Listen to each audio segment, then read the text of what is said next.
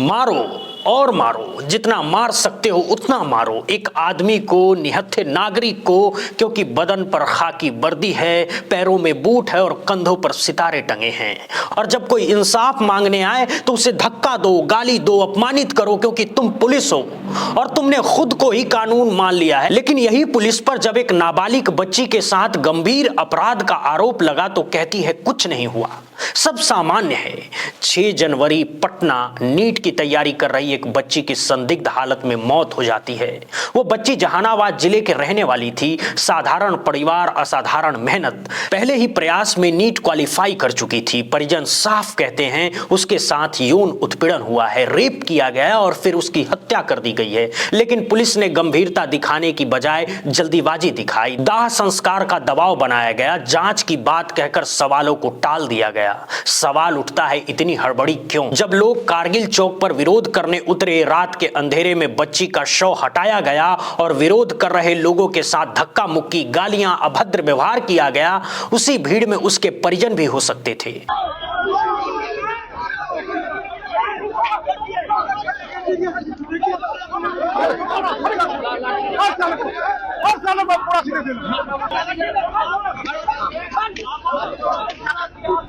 एक नाबालिग लड़की जो छोटे जिले से बड़े सपने लेकर आई थी, जो सिर्फ अपने लिए नहीं पूरे समाज के लिए रास्ता बना रही थी। लड़कियों के लिए घर से बाहर निकलना ही पहला संघर्ष होता है और जब वही लड़की इस तरह खामोशी में खत्म कर दी जाती है तो फिर एक परिवार नहीं टूटता, पूरा समाज डर में चला जाता है। 5 जनवरी को वो हॉस्टल लौटी थी। परिजनों के मुताबिक उस वक्त वहां गिने चुने लोग मौजूद थे और उसके बाद वो कभी जिंदा नहीं दिखी। ये मामला सिर्फ एक मौत का नहीं, ये सवाल है कानून का, संवेदनशीलता का और इंसाफ का।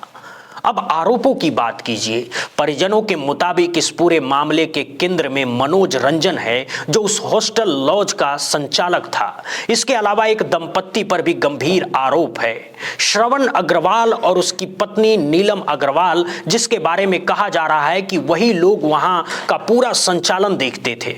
परिजनों का दावा है कि यह सिर्फ एक हॉस्टल नहीं था, बल्कि यहां एक रैकेट चलाया जा रहा था। अब पुलिस ने उस हॉस्टल लॉज के संचालक को गिरफ्तार कर लिया है, लेकिन उससे पहले जरूरी है कि आप परिजनों की बात सुने। हम परिजनों का चेहरा नहीं दिखा सकते हैं, मामला रेप से जुड़ा हुआ है। 10 घंटा 12 घंटा वेट कीजिए। कल एक सर एक रिपोर्ट पुलिस आराम से दे दी सर। एक रिपोर्ट लेने में हमको 10 बजे बुलाया गया, 10 सुबह मॉर्निंग का 10 बजे बुलाया गया और नाइट को 8-9 बजे मिली है सर, वो भी किसी सभी के दबाव में, नहीं तो नहीं दिया जा रहा था मुझे। किससे मांग रहे थे? SHO रोशनी कुमारी से। रोशनी कुमारी की सर बड़ी संलिप्तता है सर उस हॉस्टल और सर उस हॉस्टल के इर्द गिर्द रात में सर महंगी गाड़ियां लगती है। आप वहाँ की इर्द गिर्द जितने भी मकान बने हुए हैं, आप किसी से भी जांच पड़ताल कर लीजिए, वो सर बड़ा रैकेट चला, बड़ा नेक्सस ग्रुप है सर इन लोगों का। और तो सर निकलते समय उनको वो तो धमकी दे रही है, आपको 10 साल बाद बुझाएगा क्या किए हैं आप। कौन कह रहे? ये SHO मैडम। सुप्रीम कोर्ट की गाइडलाइन के मुताबिक किसी भी पीड़ित परिवार की पहचान उजागर नहीं की जा सकती है, लेकिन उसकी आवाज आप तक जरूर पहुंचाई जानी चाहिए, क्योंकि ये आवाजें अक्सर पटना और दिल्ली से दूर छोटे शहरों में ही दबा दी जाती है। ऐसी घटनाएं होती हैं, अखबारों के कोने में छप जाती हैं, लेकिन बड़े चैनलों की बहस कभी नहीं बन पाती। ये पहली बार नहीं है, इससे पहले बनारस में भी नीट की तैयारी कर रही एक लड़की की लाश उसके कमरे से मिली थी और तब भी कुछ खास नहीं हुआ था। तो सवाल यह है कि अगर इस मामले में सब कुछ इतना साफ था तो पुलिस ने शुरुआती मामलों को टालने की कोशिश क्यों की? घटना 6 जनवरी की है, लेकिन पूरे 10 दिन बाद 16 जनवरी को पटना के SSP कार्तिकेय शर्मा सामने आते हैं और तब जाकर पोस्टमार्टम रिपोर्ट की बात मानी जाती है। शुरुआत में पुलिस ने यौन उत्पीड़न की आशंका को सिरे से खारिज कर दिया था, लेकिन जब पोस्टमार्टम रिपोर्ट आई तो उसमें साफ लिखा गया है यौन हिंसा से इनकार नहीं किया जा सकता है। इस पंक्ति को रेखांकित कर लीजिए। इसी के बाद पुलिस को दोबारा सोचना पड़ा है, इसी के बाद मामले की दिशा बदली है, इसी के बाद लॉज के मालिक की गिरफ्तारी हुई है, तब जाकर SIT का गठन किया गया है। पोस्टमार्टम रिपोर्ट में सेक्सुअल असॉल्ट को नकारा नहीं गया है और हम लोग अभी पोस्टमार्टम रिपोर्ट को सत्य मानते हुए, इस कांड को मानते हुए कि इसमें सेक्सुअल असॉल्ट हुआ है, इस पर आगे तक कार्रवाई कर रहे हैं। इसमें एक व्यक्ति जो हॉस्टल के जो लैंड ओनर हैं, उनकी गिरफ्तारी की गई है इसमें हम लोग जो दायरा है उसको बढ़ाते हुए अब विभिन्न पहलुओं पर जांच कर रहे हैं। फॉरेंसिक की टीम भी उस दिन घटनास्थल पर गई थी, उनके द्वारा भी कई साक्ष्य एकत्रित किए गए हैं और उसका एनालिसिस होना बाकी है अभी। इसके अतिरिक्त जो पीड़िता हैं वो जहाँ जहाँ गई थी, जिन जिन लोगों के संपर्क में आई थी, उन लोगों से भी हम लोग उन लोगों की जांच कर रहे हैं। अभी तक जो जानकारी प्राप्त हुई है उसमें है कि 26 से लेकर 5 तक ये अपने घर पे थी। 5 को जब ये यहाँ आई हैं हॉस्टल में और उसके बाद ये 6 को स्थिति में पाई गई हैं। इसमें जो उनका फ़ोन हम लोग को मिला है, इस फ़ोन को हम लोग फॉरेंसिक लैब में भेज रहे हैं ताकि इससे पाया जा सके कि इस फ़ोन में कहीं कोई फ़ोटो डिलीट तो नहीं किया गया है, कोई जो साक्ष्य उससे छेड़छाड़ तो नहीं किया गया है। इन सब पे कार्रवाई करते हुए जो आगे अनुसंधान आएगा वापस से बताएं। अब एसएसपी कार्तिकेय शर्मा कहते हैं हर एंगल से जांच की जाएगी, लेकिन परिजनों के आरोप यहीं खत्म नहीं होते। परिजनों का कहना है कि अस्पताल में भी उसके साथ मारपीट की गई। ये भी आरोप है कि लॉज के मालिक ने पैसे देकर मामले को रफा दफा करने की कोशिश की है। आरोप कई हैं, सवाल और भी ज्यादा हैं और इन तमाम आरोपों के बीच सबसे बड़ा सवाल बिहार सरकार और बिहार पुलिस से है। आखिर 10 दिनों तक आप उस परिवार को क्यों भटकाते रहे? आखिर उन परिजनों को पूरा 10 दिन तक ये बदसलूकी और बेअदबी क्यों झेलनी पड़ी? आखिर उन्हें सड़क पर उतरकर विरोध करने के लिए मजबूर क्यों होना पड़ा? इससे पहले भी हमने ऐसे मामले देखे हैं। खगड़िया में भी जब एक बच्ची के मामले में लोग सड़क पर उतरे तब जाकर पुलिस जागी थी।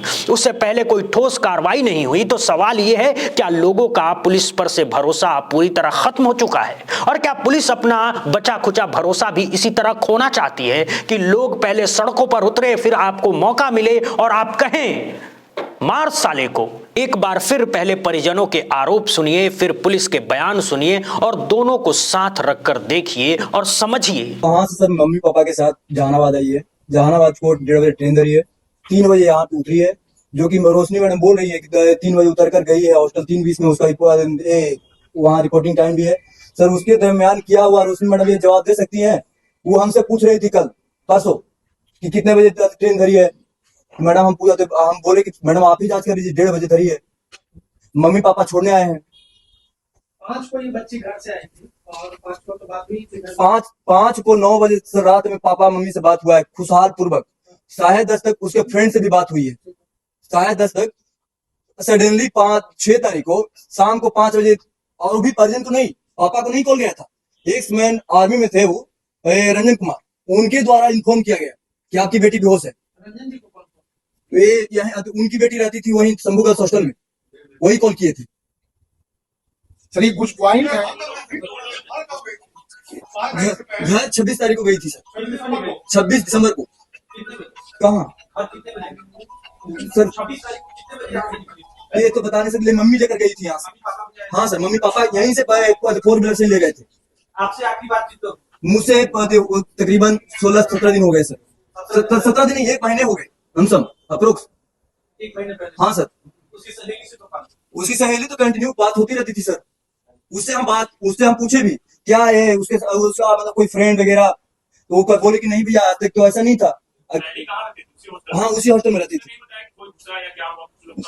नहीं भैया ऐसा तो कुछ नहीं बोली, लेकिन हाँ ये बोली कि ऊपर लड़का कुछ है, ये बोली थी।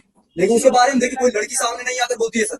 हम उसको हाँ ऊपर जो ऑनर मकान का ऑनर ऊपर ही रहता है। आपको बच्ची ने क्या बताया था जब आखिरी बात हुई? आखिरी सतीश से मिले तब तो होश में आई। हम वहां आइडेंटिटी किए तो नहीं उसका हाल खराब है, तुम लोग बाहर जाओ। 4 घंटा होश में रही सर। उसके दरमियान हमको मिलने नहीं दिया गया। एक वहीं पे जूनियर डॉक्टर वहां पे मदद कर रहे हैं, बोल रहे हैं कि इसके साथ कुछ फिजिकली कुछ हुआ है, और वहीं सीनियर डॉक्टर बोल रहे हैं कि नहीं क्या हुआ है, और हेकड़ी दिखा रहे हैं हमको। हाँ सर, डॉक्टर प्रभात मोहल्ले में डॉक्टर सतीश है, बोले कि तुम नीचे चलो तुम्हारा हेकड़ी दूर कर देंगे। खानदान पे बात किया जाए। खानदान पर तुम्हारा खानदान क्या हम जानते नहीं है, और ठेल के बाहर किया गया। छात्रा माँ से क्या बात की, माँ से कुछ बात की होगी, उसके गई थी उस समय। सोचिए, एक नाबालिग बच्ची जिसके साथ इस तरह की घटना की आशंका जताई जा रही है, जिसे लेकर गंभीर सवाल उठ रहे हैं, उन सवालों पर पहले दिन से बात क्यों नहीं की गई? पटना पुलिस ने इस मामले को शुरू से गंभीरता से क्यों नहीं लिया? और ये सवाल सिर्फ पटना पुलिस से नहीं है, मैं पूरे देश के पुलिस व्यवस्था की बात कर रहा हूं। ये वो सच्चाई है जो कई बार कैमरे पर कहने से पहले सोचना पड़ता है, क्योंकि पुलिस को बुरा लग सकता है, लेकिन सच्चाई ये है कि अगर किसी बच्ची या लड़की के साथ कुछ गलत हो जाता है तो सबसे पहला डर उसे पुलिस से नहीं, अपने घर से लगता है। वो डरती है कि घर वाले सवाल करेंगे, तुम बाहर क्यों गई थी, इतनी देर क्यों हो गई, किसके साथ थी। और दूसरा डर होता है पुलिस का, क्योंकि वहां कानूनी पूछताछ के बजाय अक्सर मोरल पुलिसिंग होती है। तुम वहां क्यों थी, कितने बजे थी, कौन लड़का था, दोस्ती थी या कुछ और था। ऐसे सवाल किसी भी लड़की को डरा देते हैं। उसे लगता है क्या केस दर्ज कराने जाऊं, क्या पुलिस सुनेगी या उल्टा हमें ही दोषी बना देगी। इसी हालत में हमारा सिस्टम काम कर रहा है और इस सिस्टम को जगाने की कोशिश में हम बार बार ये बातें उठाते हैं। मुझे पता है शायद बहुत लोगों पर फर्क भी नहीं पड़ेगा, क्योंकि अब किसी शहर में लड़की के रेप होने, किसी बच्ची की जान जाने की खबर एक तरह से नॉर्मल बन चुकी है। लेकिन ये नॉर्मल नहीं होना चाहिए। ये हमारे समाज के लिए शर्म की बात है, ये हमारी पुलिस व्यवस्था के लिए शर्म की बात है और पटना पुलिस के लिए तो खास तौर पर शर्म की बात है। परिजन अगर पहले दिन से कह रहे थे कि इस घटना में यौन हिंसा की आशंका है तो आपको उस दिन से इसी एंगल से जांच करनी चाहिए थी। आपको पहले दिन से ही इसी दिशा में सबूत जुटाने चाहिए थे। क्या आपको नहीं लगता कि 10 दिन किसी भी अपराध के सबूत मिटाने के लिए काफी होते हैं? और वो बच्ची जिंदा नहीं है कि गवाही दे सके। अब कहा जा रहा है कि सीसीटीवी फुटेज खंगाले जाएंगे, फोन की सीडीआर निकाली जाएगी, लोगों से पूछताछ होगी। लेकिन क्या आपको नहीं लगता कि 10 दिन में सबूतों के साथ छेड़छाड़ हो चुकी होगी? ये सारे सवाल पटना पुलिस से है, पटना के एसएसपी से है, बिहार सरकार से है, मुख्यमंत्री से है और बिहार के गृह मंत्री सम्राट चौधरी से है। अपनी पुलिस को दुरुस्त कीजिए, नहीं तो कोई ना कोई बच्ची इसी तरह शिकार होती रहेगी। परिजन सड़क पर उतरते रहेंगे और उन्हें लाठियां खानी पड़ेगी। और याद रखिए, यही वो लोग हैं जिन्होंने आपको चुनकर सत्ता में बैठाया है। इसीलिए सिपाही से लेकर डीजीपी तक एक बात साफ कर दीजिए, अगर लड़कियों से जुड़ा कोई मामला आता है, अगर बच्चियों से जुड़ा कोई मामला आता है और अगर लगता है कि किसी निर्दोष के साथ कुछ गलत हुआ है तो त्वरित कार्रवाई होनी चाहिए। 10 दिन का इंतजार नहीं। अब इस खबर पर आपकी क्या प्रतिक्रिया है जरूर बताइएगा। अपने इलाके के अधिकारियों को टैग कीजिए और उनसे कहिए अगर ऐसी कोई घटना सामने आए तो तुरंत एक्शन ले, 10 दिन बाद नहीं। दोस्तों अभी के लिए बस इतना ही। बहुत बहुत धन्यवाद, बहुत बहुत शुक्रिया।